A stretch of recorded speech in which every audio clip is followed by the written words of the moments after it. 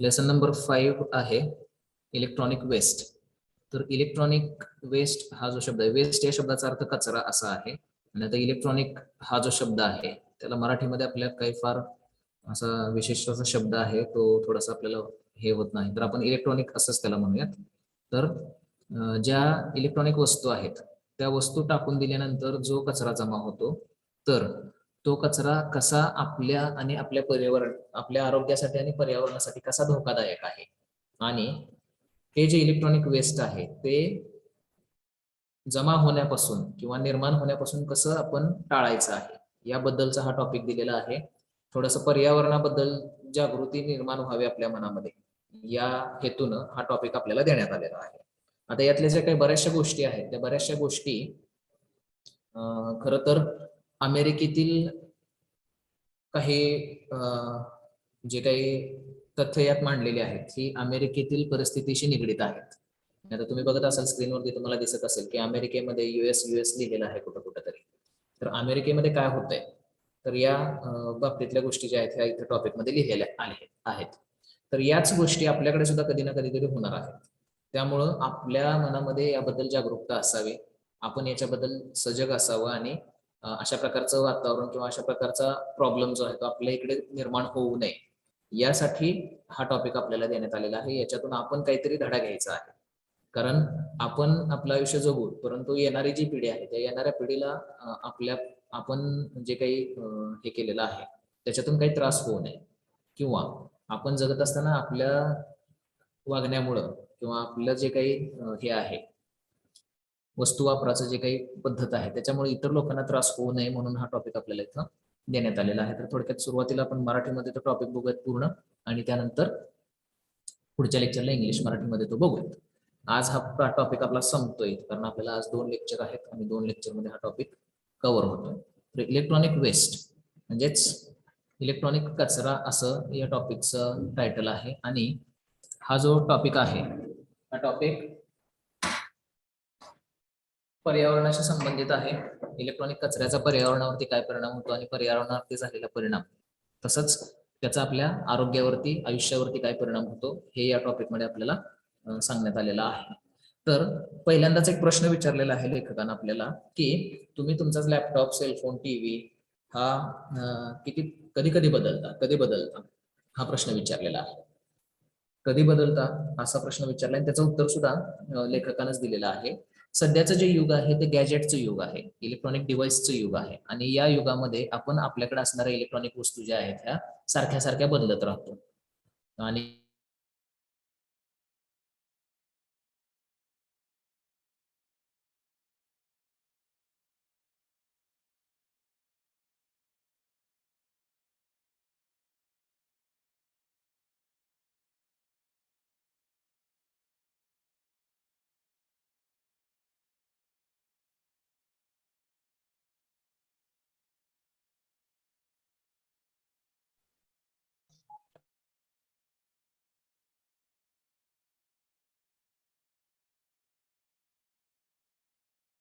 तर तुमचा आवाज येत नाहीये.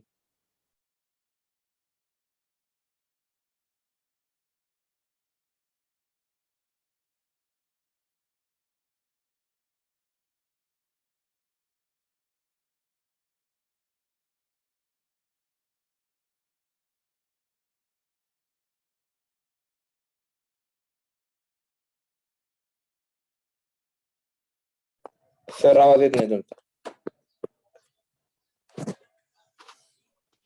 5 मिनिटात येते तर सर कालवा करू नका. बरोबर.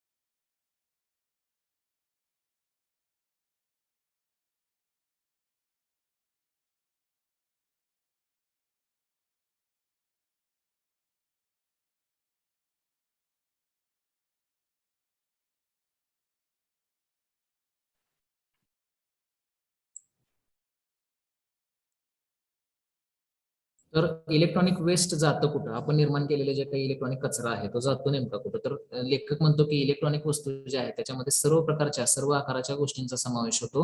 म्हणजे मोठ्यात मोठ्या स्क्रीन पासून एलईडी टीव्हीच्या स्क्रीन पासून ते छोट्या छोट्या मेमरी कार्ड पर्यंत इलेक्ट्रॉनिक वेस्ट मध्ये या गोष्टींचा समावेश होतो. आणि या गोष्टींमध्ये आरोग्याला घातक असे रसायनं वापरलेली असतात, जसं की लेड आहे, कॅडमियम आहे, बेरिलियम आहे, मर्क्युरी आहे आणि ब्रॉमिनेटेड फ्लेम रिटार्डंट्स असे वेगवेगळे घातक केमिकल्स जे आहेत, रसायनं जे आहेत ही वापरलेली असतात. आणि ज्यावेळी आपण अशा प्रकारचे डिव्हाइसेस किंवा गॅजेट्स इलेक्ट्रॉनिक वस्तू ज्या आहेत ह्या इम्प्रॉपरली टाकून देतो, म्हणजे कोणताही विचार न करता फेकून देतो, त्यावेळी त्याच्यामधले जे हे काही घातक रसायनं जे आहेत हे काय करतात तर हवा, पाणी आणि माती प्रदूषित करतात. बऱ्याच वेळा या वस्तूंवरती पाणी पडताना या वस्तूंचं पाणी जे आहे ते नैसर्गिक पाण्याचे जे स्रोत आहेत त्याच्यामध्ये मिसळतं. आणि ज्यावेळी अशा प्रकारच्या वस्तू जमिनीवरती पडून राहतात त्यावेळी त्याच्यावरून जे आलेलं पाणी आहे ते पाण्याबरोबर हे घातक जे काही केमिकल्स आहेत, रसायन जे आहेत ते त्या पाण्याबरोबर वाहून येतात. आणि शेवटी काय होतं तर जे काही जमिनीवरती अशा प्रकारचं पाणी साठतं डबक्यांमध्ये, तर त्या डबक्यांमधून ते पाणी जमिनीमध्ये मुरतं.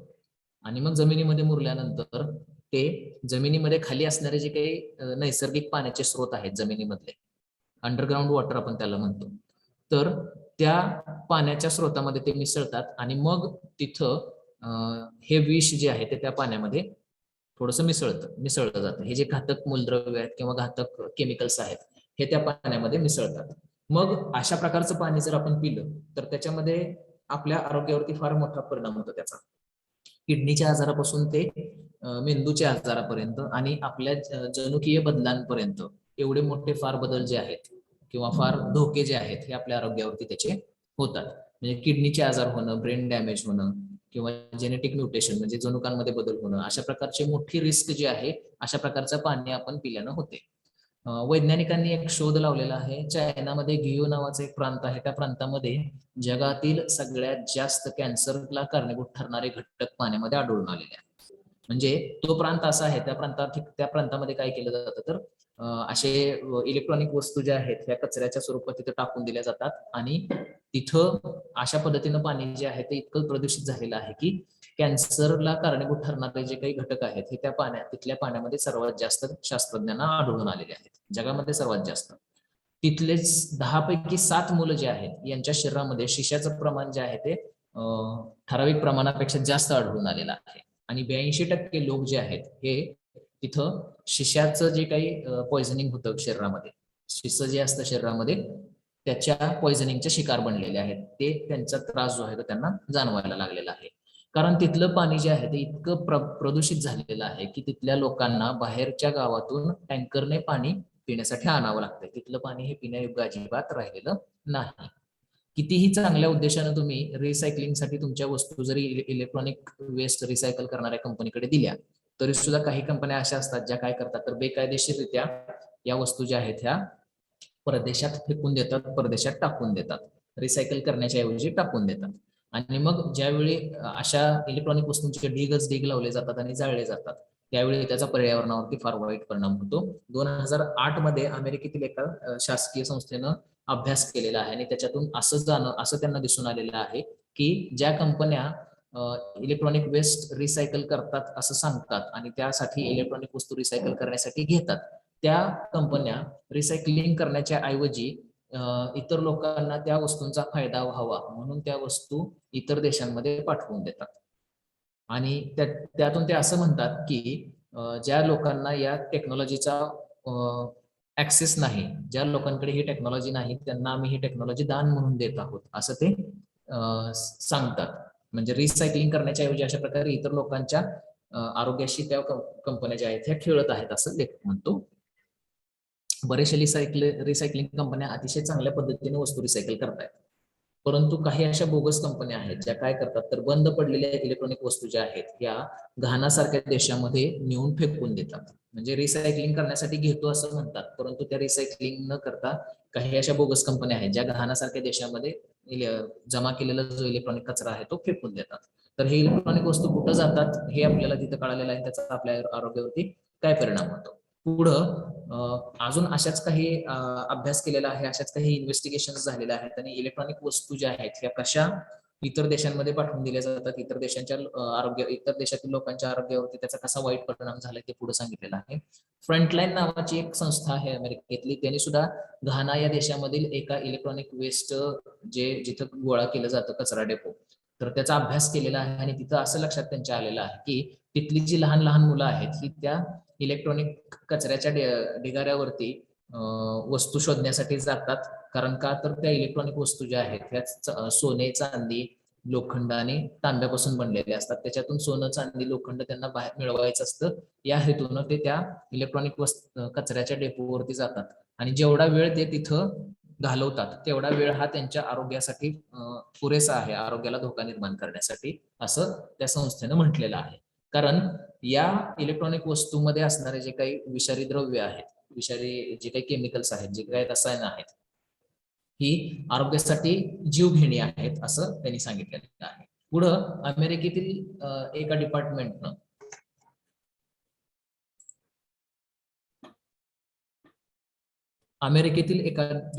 काय केलेलं आहे तर घाना या देशाला सायबर क्राईम मध्ये सर्वात पुढं असलेला देश म्हणून जाहीर केलेला आहे, घोषित केलेला आहे. सायबर क्राईम मध्ये सर्वात पुढे असणारा देश जगात कुठला असेल तर घाना हा देश आहे असं अमेरिकेनं जाहीर केलेलं आहे. कारण का तर तिथं असणारे जे काही क्रिमिनल्स आहेत ते काय करतात तर आपण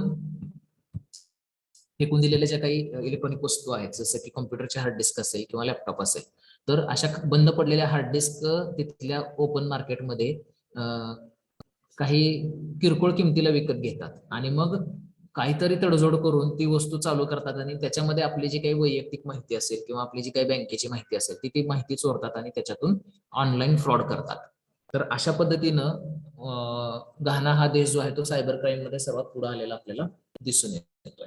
तर एबीसी न्यूज नावाची न्यूज संस्था एक आहे, बातमी देणारी एक संस्था आहे, त्यांनी सुद्धा अशा प्रकारे डेन्व्हर जे आहे अमेरिकेमध्ये डेन्व्हर नावाचा जो प्रांत आहे त्या प्रांतातील एका कंपनीची इन्व्हेस्टिगेशन केलेली आहे. ती कंपनी इलेक्ट्रॉनिक वस्तू ज्या आहेत ह्या रिसायकल करण्यासाठी घेत होती आणि इलेक्ट्रॉनिक वस्तू रिसायकल करते असं सांगत होती. परंतु एबीसी न्यूजला असं आढळून आलेलं आहे की ही कंपनी जरी सांगत असली की आम्ही इलेक्ट्रॉनिक वस्तू ज्या आहेत ह्या रिसायकल करतोय, तरी सुद्धा त्यांना असं आढळून आलेलं आहे की इलेक्ट्रॉनिक वस्तू रिसायकल करण्याच्या ऐवजी ही कंपनी त्यांनी घेतलेले computer, monitor, laptop, TV, cellphone ह्या ज्या आहेत ह्या सगळ्या एका कंटेनरमध्ये भरायची आणि पूर्वेकडचे जे देश आहेत चायना किंवा हाँगकाँगचा जो ह्याचा भाग आहे, चायना आणि हाँगकाँग मधला जो खेड्याचा भाग आहे त्या खेड्याच्या भागामध्ये पाठवून देत होती. म्हणजे ती जी कंपनी आहे ही रिसायकल अजिबात करत नव्हती. अशा प्रकारे त्यांच्याकडे आलेल्या ज्या काही इलेक्ट्रॉनिक वस्तू आहेत त्या सरळ ते काय करायचे चायना आणि हाँगकाँग मधल्या खेड्यातल्या भागांमध्ये पाठवून द्यायचे.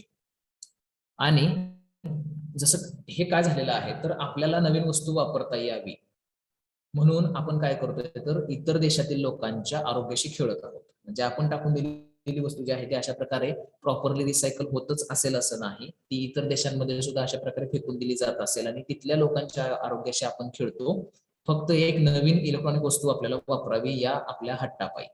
तर लेखक म्हणतो की आता तुम्हाला हा प्रॉब्लेम किती मोठा आहे आणि त्याच्यातून काय घडू शकतं हे तुम्हाला समजलेलं आहे, तुम्हाला ते कळालेलं आहे, तुम्ही ते जाणून घेतलेलं आहे.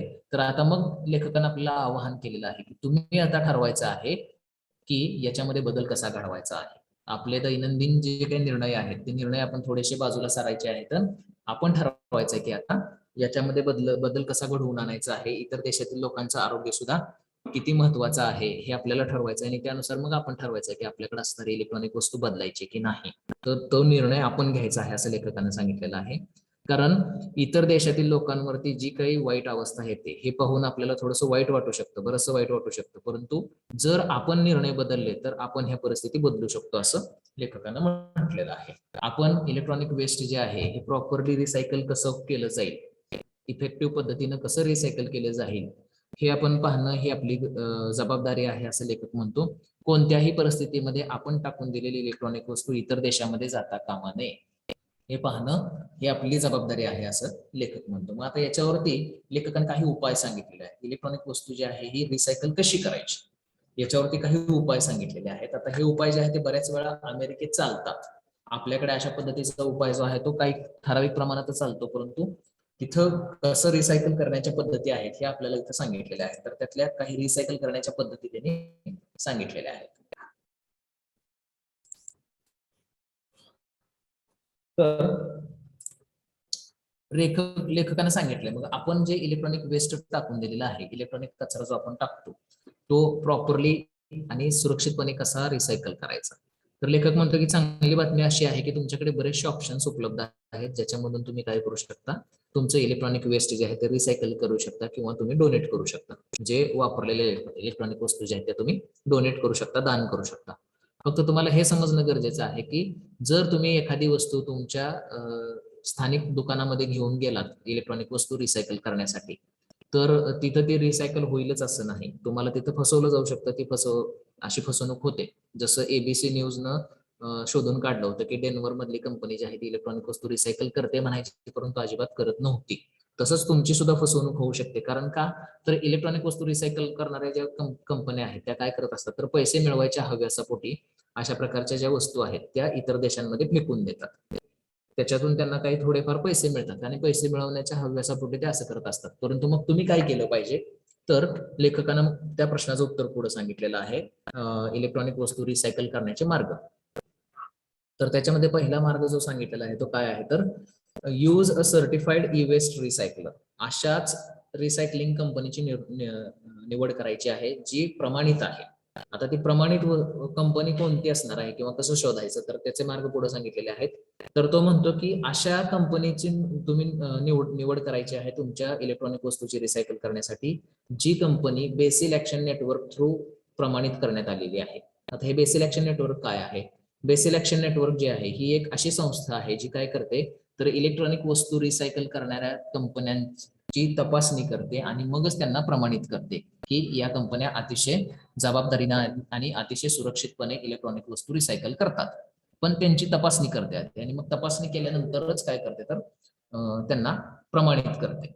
मग तिथं जे असणारे काही कंपन्या आहेत त्या कंपन्या काय करतात, तर जबाबदारीनं रिसायकल करण्याची शपथ घेतात. शिवाय त्यांच्याकडे येणारे जे काही इलेक्ट्रॉनिक वस्तू आहेत त्या कुठल्याही परिस्थितीमध्ये कोणत्याही इतर देशामध्ये पाठवल्या जात नाहीत किंवा कोणत्याही इतर देशाचं वातावरण दूषित करण्यासाठी पाठवल्या जात नाहीत. इतर देशांमध्ये त्या न पाठवल्यामुळे कोणत्याही प्रकारच्या क्रिमिनलच्या हाती तुमच्या इलेक्ट्रॉनिक वस्तू पडत नाहीत. त्यामुळं अशा कंपनीची निवड करा असं लेखक म्हणतो, जो बेसिल ऍक्शन नेटवर्क थ्रू प्रमाणित करण्यात आलेली जी कंपनी असेल अशा कंपनीची निवड म्हणतो लेखक म्हणतो की तो करा. बेसिल ऍक्शन नेटवर्कने प्रमाणित केलेल्या कंपन्या कशा शोधायच्या, तर त्यांच्या वेबसाईटवरती त्यांचं रिसायकलर लोकेटर नावाचा हे आहे, एक लिंक आहे किंवा तिथं तुम्ही जाऊन काय करू शकता, तर अशा प्रकारे तुमच्या जवळ असणारी बेसिल ऍक्शन नेटवर्कनं प्रमाणित केलेली कोणती कंपनी आहे जी वस्तू रिसायकल करते हे तुम्ही तिथं शोधू शकता. तर हा एक मार्ग आहे. बेसिल ऍक्शन नेटवर्क या संस्थेनं प्रमाणित केलेल्या कंपनीमध्ये तुम्ही तुमचं इलेक्ट्रॉनिक वेस्ट जे आहे ते रिसायकलिंगसाठी देऊ शकता. पुढचा एक मार्ग सांगितलेला लेखकानं दुसरा तो आहे व्हिजिट सिव्हिक इन्स्टिट्यूशन्स. नागरी संस्था ज्या आहेत त्याला तुम्ही भेट द्या. आता अमेरिकेमध्ये अशा पद्धतीनं इलेक्ट्रॉनिक वेस्ट कलेक्ट केलं जातं नागरी संस्थांच्या माध्यमातून. तर तुमच्या शेजार पाजारी असणारे जे काही शासकीय कार्यालय आहेत किंवा ज्या शाळा आहेत किंवा जी विद्यापीठ आहेत तिथं सुद्धा अशा प्रकारे ई वेस्ट रिसायकलिंगचे ड्रॉप पॉइंट अमेरिकेमध्ये ठेवण्यात आलेले आहेत. तुम्ही तिथं काय करू शकता, तर त्या लोकांची सुद्धा जबाबदारी आहे. काही शासकीय कर्मचारी, शासकीय जे काही ऑफिसेस आहेत, गव्हर्नमेंट ऑफिस आणि शाळा आणि विद्यापीठ, त्यांना सुद्धा माहिती आहे की इलेक्ट्रॉनिक वेस्ट हे किती मोठा प्रॉब्लेम आहे. म्हणून त्यांनी सुद्धा काय केलेलं आहे, तर असे ऑफिसेस, गव्हर्नमेंट ऑफिसेस, शाळा आणि विद्यापीठ इथे त्यांनी काय केलेलं आहे, तर जे टाकून दिलं जाणारं इलेक्ट्रॉनिक वेस्ट आहे किंवा जे खराब झालेले इलेक्ट्रॉनिक वेस्ट आहे ते गोळा करण्यासाठी त्यांनी ठिकाणं त्यांची ठरवून ठेवलेली आहेत. तुम्ही काय करू शकता, तर त्यांचं जे काही कॅलेंडर असतं, वार्षिक जे काही कॅलेंडर असतं प्रत्येक गव्हर्नमेंट ऑफिसचं, विद्यापीठाचं आणि शाळेचं, तर त्या कॅलेंडरमध्ये तुम्ही इलेक्ट्रॉनिक वेस्ट रिसायकलिंग साठीचा दिवस कोणता आहे तो तुम्ही त्यांच्या कॅलेंडर मधून पाहू शकता आणि तुम्हाला नको असलेली इलेक्ट्रॉनिक वस्तू जी आहे ती तुम्ही त्या ठिकाणी त्या दिवशी नेऊन त्यांच्या तिथं तुम्ही ते टाकू शकता, जेणेकरून ती योग्य पद्धतीने रिसायकल होईल. ज्यावेळी असं तुम्ही स्थानिक स्तरावरती ज्यावेळी तुमचं इलेक्ट्रॉनिक वेस्ट रिसायकल करता त्यावेळी तुम्हाला त्या ठिकाणी जाण्याचा आणि तिथं जाऊन तुम्हाला एखाद्या दिवसाची ट्रिप करण्याचा सुद्धा योग तिथे येतो. त्यामुळे मग तुम्ही काय करायचं आहे लेखक म्हणतोय तुमच्या शेजापाजाऱ्यांना सगळ्यांना सांगायचं आहे आणि अशा प्रकारे इलेक्ट्रॉनिक वेस्ट डिस्पोजल कसं करायचं चांगलं त्याच्याबद्दल त्यांना तुम्ही जागरूक करायचं आहे असं लेखक म्हणतो. म्हणजे हा एक मार्ग आहे जिथे तुम्ही काय करू शकता इलेक्ट्रॉनिक वेस्ट जे आहे ते निर्माण होण्यापासून वाचवू शकता किंवा रिसायकलिंगसाठी देऊ शकता. तिसरा मार्ग सांगितलेला आहे रिटेल ऑप्शन्स तुम्ही शोधायचे थोडेसे.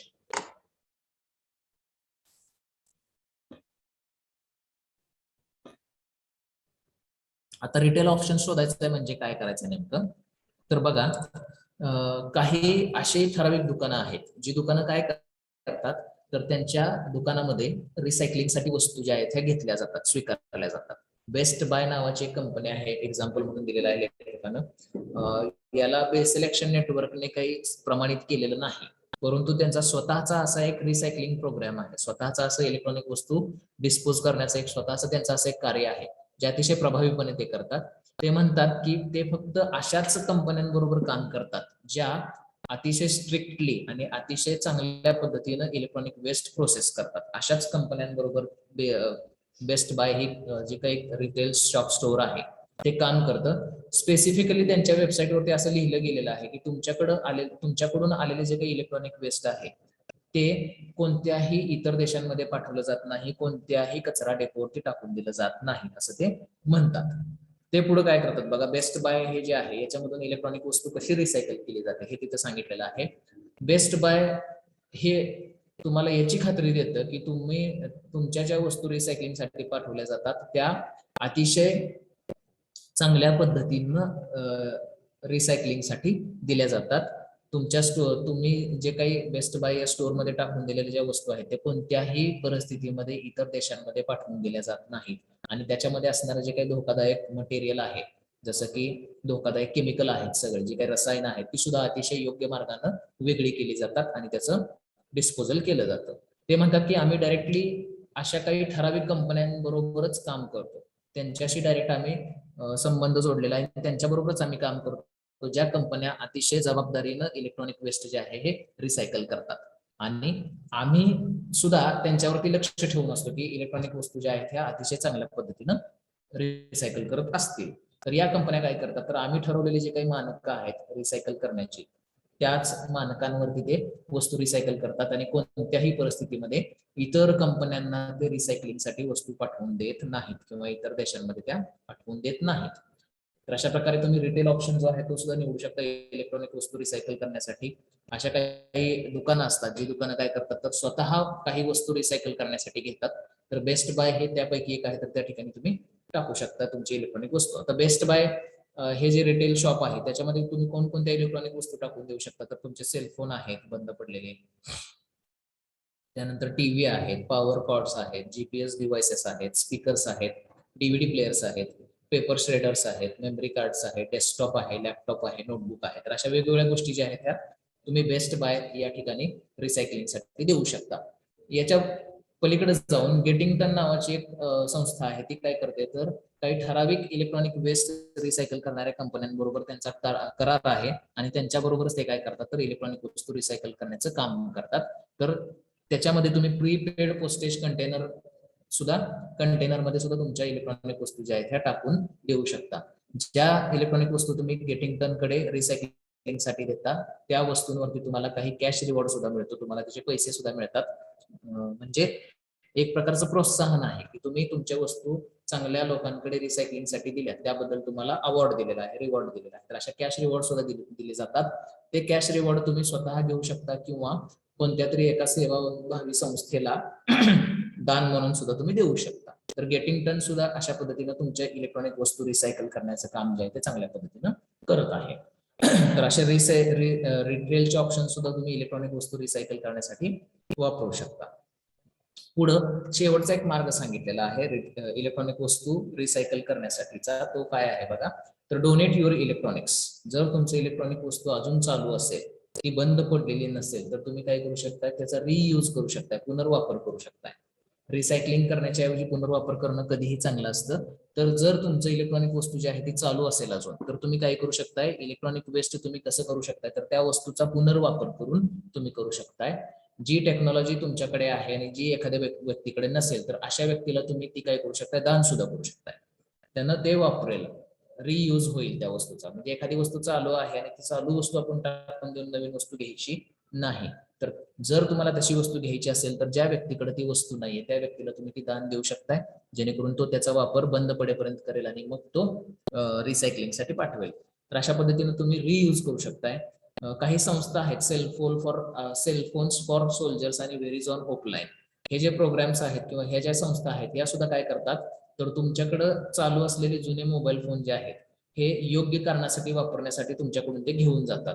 अजून काही संस्था आहेत जसं की साल्वेशन आर्मी, गुडविल, ह्या काय करतात, तर वापरलेल्या ज्या काही इलेक्ट्रॉनिक वस्तू आहेत त्या आपल्याकडून घेतात आणि त्या इतर लोकांना विकतात आणि त्याच्यातून जे येणारे जे काही पैसे आहेत त्या पैशाच्या माध्यमातून गरजू लोकांना शिक्षण देणं, त्यांना स्वतःच्या पायावरती उभा करणं, अशा प्रकारची कामं जे आहेत हे गुडविल आणि साल्वेशन आर्मी करतात. गुडविल कंपनी जी आहे, गुडविल ही जी संस्था आहे ही पर्टिक्युलरली अतिशय चांगल्या पद्धतीचं रिकनेक्ट नावाचा प्रोग्राम चालवते आहे. त्याच्या माध्यमातून ते काय करतात, तर कोणत्याही परिस्थितीत इलेक्ट्रॉनिक वेस्ट हे बाहेरच्या देशात जाऊ देत नाहीत. तर अशा पद्धतीने तुम्ही इलेक्ट्रॉनिक वस्तू जे आहेत ते डोनेट करू शकता आणि तुमचं इलेक्ट्रॉनिक वेस्ट जे आहे ते कमी करू शकता. मग आता शेवटचा शब्द म्हणजे फायनल वर्ड सांगितलेला लेखकानं शेवट केलेला आहे धड्याचा. तर तिथे लेखक काय म्हणते बघा, ज्यावेळी तुम्ही तुमच्या इलेक्ट्रॉनिक वस्तू बदलायचा विचार कराल त्यावेळी तुम्ही जबाबदारीनं जुन्या वस्तू अतिशय योग्य पद्धतीने रिसायकल होत आहेत की नाही हे पाहणं ही तुमची जबाबदारी आहे, असं लेखक म्हणतो. एक आदर्श गोष्ट जर तुम्ही करणार असाल तर पहिली तुमची गोष्ट काय असली पाहिजे, तुम्ही कमी वापर केला पाहिजे इलेक्ट्रॉनिक वस्तूंचा. एक आदर्श वापर जो आहे इलेक्ट्रॉनिक वस्तूंचा तो तुम्ही कमी केला पाहिजे. ऍक्च्युली जर तुम्हाला वापरायचीच असेल वस्तू एखादी तर तुम्ही जुनी वस्तू वापरा, असं लेखक म्हणतो. कोणत्याही स्वरूपात कोणत्याही परिस्थितीत तुम्हाला जी काही भुरळ घातली जाते, नवीन वस्तू आलेली आहे तुम्ही घ्या, तर ती जी भुरळ घातली जाते त्याला तुम्ही बळी पडता कामा नये, असं लेखक म्हणतो. जर तुम्हाला एखादी वस्तू हवीच असेल तर तुम्ही सुरुवातीला सेकंड हँड वस्तू वापरा. ज्यावेळी ती वस्तू बंद पडेल त्याच वेळी मग तुम्ही काय करायचं आहे, तर ती वस्तू योग्य रिसायकलिंग करणाऱ्या व्यक्तीकडे, कंपनीकडे द्यायची आहे, जो जबाबदारीनं त्याचं रिसायकलिंग करेल आणि मग तुम्ही नवीन वस्तू घ्यायची आहे. लेखक म्हणतोय की जे काही हे इलेक्ट्रॉनिक वस्तूचा प्रॉब्लेम आपल्यासमोर, इलेक्ट्रॉनिक वेस्टचा प्रॉब्लेम आपल्यासमोर निर्माण झालेला आहे, तर त्याचं सोल्युशन बनायचं आहे. म्हणजे ते कमी कसं करता येईल हे आपण पाहायचं आहे, त्याच्यामध्ये भर टाकायची नाही. आपण प्रॉपरली जर एखादी वस्तू, इलेक्ट्रॉनिक वस्तू जर रिसायकल होणं पॉसिबल असेल तर ते आपण निवडायचं आहे. तसं जर केलं तर या पृथ्वीवरचं जे इलेक्ट्रॉनिक कचरा जो आहे तो आपण कमी करू शकतो आणि अशा पद्धतीने आपण पृथ्वीला एक चांगलं ठिकाण बनवू शकतो. पृथ्वीवरती जे काही कचरा जमा झालेला आहे तो आपण नाहीसा करू शकतो. डिजिटल डेटा डंप जो आहे, म्हणजे डिजिटली हे जे काही इलेक्ट्रॉनिक वस्तूंचा जे काही कचरा तयार झालेला आहे हा आपण काय करू शकतो, तर थांबवू शकतो.